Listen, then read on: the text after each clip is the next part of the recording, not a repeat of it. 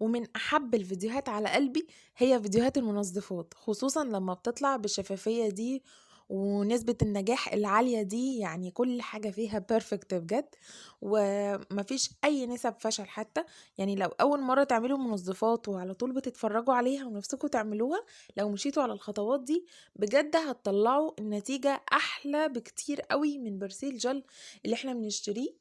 وشوفوا بقى الوفر اللي انتوا هتوفروه قد ايه. يعني مش هوصف لكم غير لما لازم تجربوه بنفسكم. هقول لكم كل حاجة، بس لو اول مرة بتشوفوني، انا اسمي مريم ودي قناتي. لايك وشير للفيديو ده وكومنت حلو لما تجربوا الوصفة دي وتعجبكم. اول حاجة هبدأ بيها وبعد كده اقول لكم كل المكونات. هبدأ ب90 جرام مية، عليهم 90 جرام بوتاص او صودا قشور، وهدوبهم مع بعض. ماشي، بعد كده اقول لكم بقى المكونات. استخدمت 500 جرام من السلفونيك، و250 جرام ملح طعام، 250 جرام من التكسابون، 50 جرام تايلوز، 40 جرام كربوناتو او بيكربونات الصوديوم، 40 جرام ملح ليمون، 90 جرام بوتاص، عليهم 90 جرام مية، دول اللي انا بدوبهم دلوقتي، و50 جرام مانع رغوة او انتي فوم، 50 جرام ريحة زيت اللي هي الريحة بقى اللي انتوا تفضلوها، واقول لكم انا استخدمت ايه. 50 جرام من البوتل جلايكول، ولون ازرق عشان اطلع كمان البرسيل بنفس اللون كمان بتاع بره. حابين تغيروا اللون، حاجة ترجع لكم. دوبت البوتاص خدته على جنب علشان يبرد. في الخطوة دي لازم تبعدوا عشان هو بيطلع ريحة نفاذة، فابعدوا عنه وانتوا بتقلبوه لحد ما الصودا تدوب، وابعدوها عنكم لحد ما يبرد خالص. هي المية بتسخن اول ما الصودا بتدوب، بيسخن على طول البوتاص والمية يعني مع بعض. في الخطوة الجاية هحط كيس الملح ده كان تقريبا هو مكتوب 300 جرام، بس انا لما وزنته كان 200 حاجة وعشرين، فحطيت 250 من الجرام من الملح.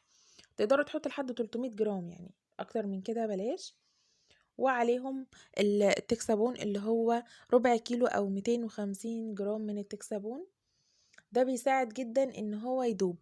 ممكن ندوب التكسبون من قبلها بليلة في مية برضو هيدوب، بس لو انا مستعجلة زي دلوقتي فبدوبه على طول في الملح وبيدوب معايا وبيديني نفس النتيجة يعني.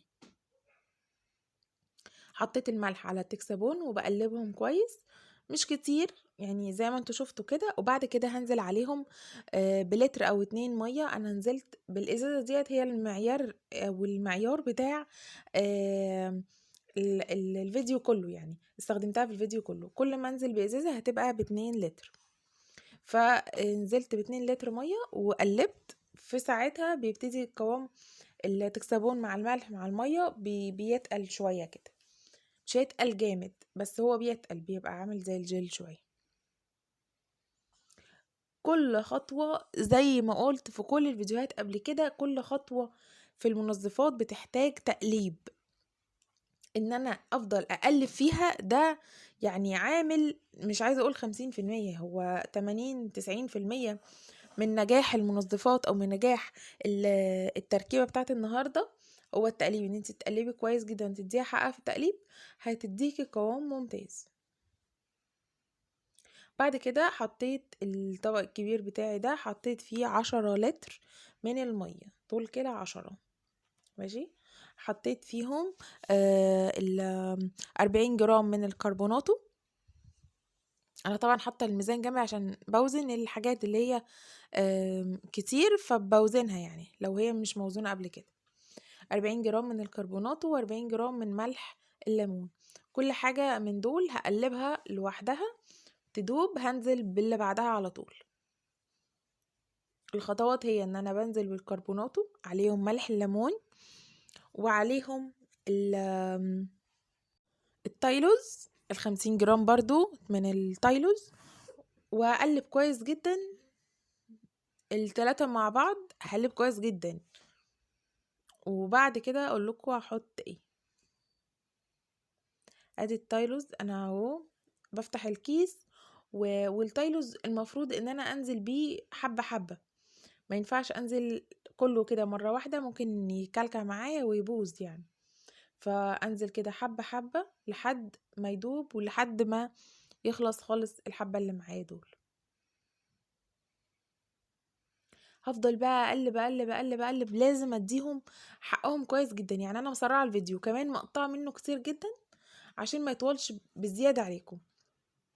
قلبت ودوبته كويس جدا، اتاكدت ان هو داب خلاص. وادي الصودا معايا اهي، كانت بردت بنسبه 80% تقريبا خلاص.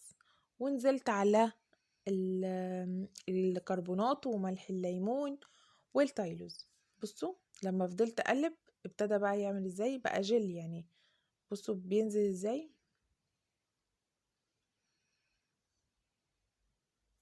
تدوها حقها على طول هتديكم معاكي القوام ده.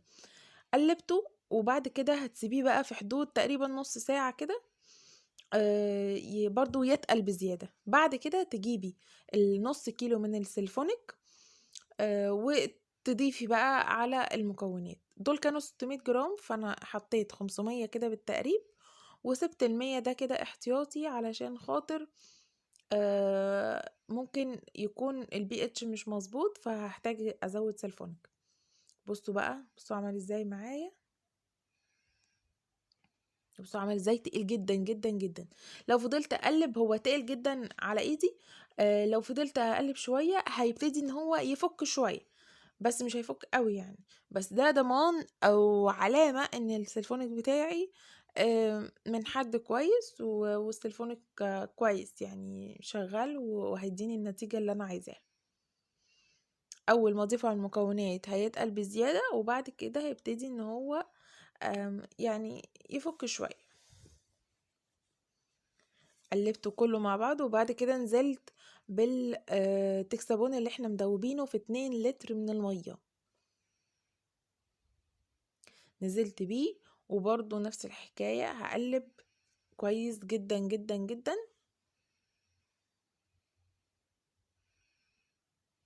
كل خطوة بصوا عمالة اقلب، وعايزة اوريكم انا قلبت يعني مدة فظيعة، بس مش باين عندكم طبعا المدة لان انا مسرعة الفيديو زي ما قلت، وكمان يعني بقطع منه كتير بقى بقلب وبعد كده برجع اصور تاني. حطيت ازازة كمان اهي 2 لتر من المية، وببتدي ان انا اقلب، بخفه شوية على ايدي.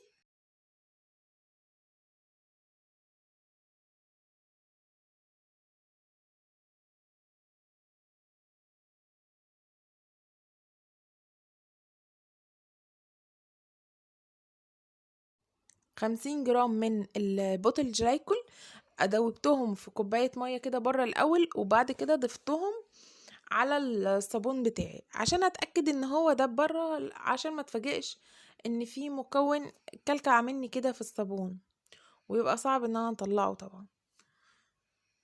وادي كوباية مية كمان بعد طبعا ما قلبت الحاجة اللي انا بحطها كويس.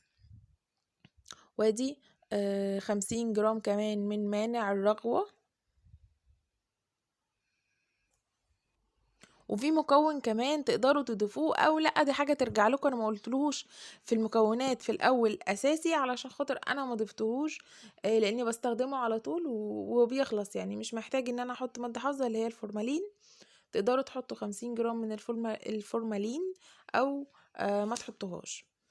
فانا اول يعني الفيديوهات اللي قبل كده ما حطيتوش، المرات دي حطيته يعني مرة ومرة، بس هو فعلا ما فرقش معايا لان هو معايا بيخلص بسرعة. فده استخدامي على طول يعني، ما بقتش اشتري مسحوق حقيقي وبستخدم ده، فمش محتاج مادة حافظة لانه بيخلص بسرعة يعني. بس برضو لو هتحطوا فورمالين برضو هتحطوا 50 جرام من الفورمالين وتدوبوها برضو في كوباية مية بره، وتقلبوها وبعد كده تضيفوها على الصابون. بصوا القوام كده لحد دلوقتي عامل ازاي، يعني القوام ابتدى يتظبط. بتهيالي ان انا كده مش هزود مية كمان، هو كده القوام مظبوط وجيلي قوي كده وتحفة. بصوا بقى اول ما حطيت بصوا الشكل اللي في الطبق ده اللي هو خلاص الرغوة منه بتروح نتيجة منع الرغوة اللي احنا حطيناه او الانتي فوم اللي احنا حطيناه. دي بقى طبعا خطوة مهمة جدا ان انا اجيب ورق البي اتش واقيس الدرجة. طلعت معايا، بصوا هو لسه بعيدة جدا، يعني انا محتاجة ان انا ازود صودا كمان. فدوبت معلقة كبيرة من الصودا في حبة مية وقلبتهم كويس، وبعد كده ضفتهم على الصابون بتاعي. انا عايزة البي اتش ده يتظبط على 8.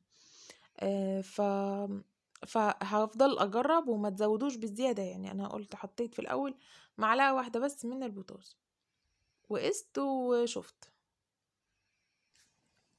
لو لقيته معدي التمانية، بصوا هنا ابتدى اهو يعني يظبط شوية، قرب من الستة سبعة كده، فبرضو محتاجة بوتاص كمان. فدوبت برضو معلقة كمان من البوتاص في حبة مية وقلبتهم كويس وضفتهم على الصابون بتاعي لحد ما البي اتش معايا اتظبط وكده تمام. جبت هنا بقى اللون بتاع المنظفات، برضو بيتباع من عند بتاع المنظفات او محل المنظفات او من مكان ما تشتروا كل المكونات دي. لون ازرق او في كل الدرجات اللي انتوا حابينها، وبتدوبوها في حبة مية، وبعد كده بتضيفوا بالتدريج لحد ما توصلوا للدرجة اللي انتوا حابينها بالظبط. المكونات دي بصوا بقى القوام عامل ازاي معايا، تحفة وشفاف والرغوة الزيادة دي اللي ما تنفعش في الاوتوماتيك خالص راحت منه. طبعا الصابون ده ما قلتش في الاول ان هو اساسي في الغسالة الاوتوماتيك. معايا حقيقي حقيقي، يعني هتدعولي بعد الفيديو ده، بس انتوا جربوه بنفس الخطوات بنفس المكونات، واكتبوا لي اي كومنت انتوا عايزينه، اي استفسار انا معاكم. وكل المكونات دي موجودة في شارع الجيش في العتبة موجودين. هو الشارع كله تقريبا منظفات ومحلات منظفات يعني، او اكتريته يعني، ما تقلقوش هتلاقوها كتير. والتكلفة ولا حاجة خالص بالنسبة للكمية اللي احنا عملناها بجد يعني. بعد كده خلاص انا وريتكم القوام بعمل ازاي والشفافية وكله تمام. سبته بقى ايه كام ساعة كده او تاني يوم، يعني سيبوه براحته خالص. وبعد كده حطوا عليه بقى الريحة الزيت اللي انتوا حابينها. انا حطيت 50 جرام من ريحة برسيل و50 جرام من ريحة زيت اسباني دوني. يعني وانتوا بتشتروا المكونات قولوا لهم عايزين ريحة زيت اسباني. اوكي، فدي ريحة تحفة، يعني ما اقولكوش عملت ريحة الشقة ازاي وريحة ايديا ازاي نفسها وريحة الصابون بقى وفي الغسيل. مش بتروح، يعني انتوا هتستغنوا عن الدوني طالما خلاص انتوا حطيتوا هنا ريحة الدوني. ف وبس كده. شوفوا بقى الريحة اللي انتوا حابين تضيفوها واشتروها وضيفوها على الصابون بتاعكم. بس تاني يوم ابدأوا ضيفوا الريحة وقلبوها كويس. ماشي، دول انا في الاول حطيت 50 جرام من الدوني، وبعد كده حطيت 50 جرام من ريحة برسيل. ممكن احط 100 جرام، ممكن تحطوا كفاية 50، بس انا من الناس اللي بحب الريحة تكون نفاذة شويتين كده في الغسيل، فزودت شوية الريحة الاسباني يعني. وبس ابتديت ان انا اقلب بقى كويس ويعني يعمل لهم ميكس كلهم مع بعض كويس جدا جدا جدا. وبس كده خلاص، وهيفضل كده القوام زي ما انتوا حابين. عايزين تخفوه عن كده خفوه، عايزين تسيبوه كده سيبوه. يعني كده القوام بجد ممتاز، وعمل لي بقى كتير كتير كتير، يعني كميات مش عارفة اقول لكم. وبس كده ده الفيديو بتاعي بكل التفاصيل. ولو عندكم اي سؤال سيبوه طبعا في الكومنتات تحت وانا هرد عليكم على طول. واعملوا لي بقى لايك للفيديو الجميل ده وسبسكرايب للقناة لو لسه ما عملتوش سبسكرايب، وتفعلوا الجرس عشان يوصل لكم اشعار بكل وصفة جديدة بنزلها هنا على القناة. واشوفكم بقى في فيديوهات تانية كتير جدا.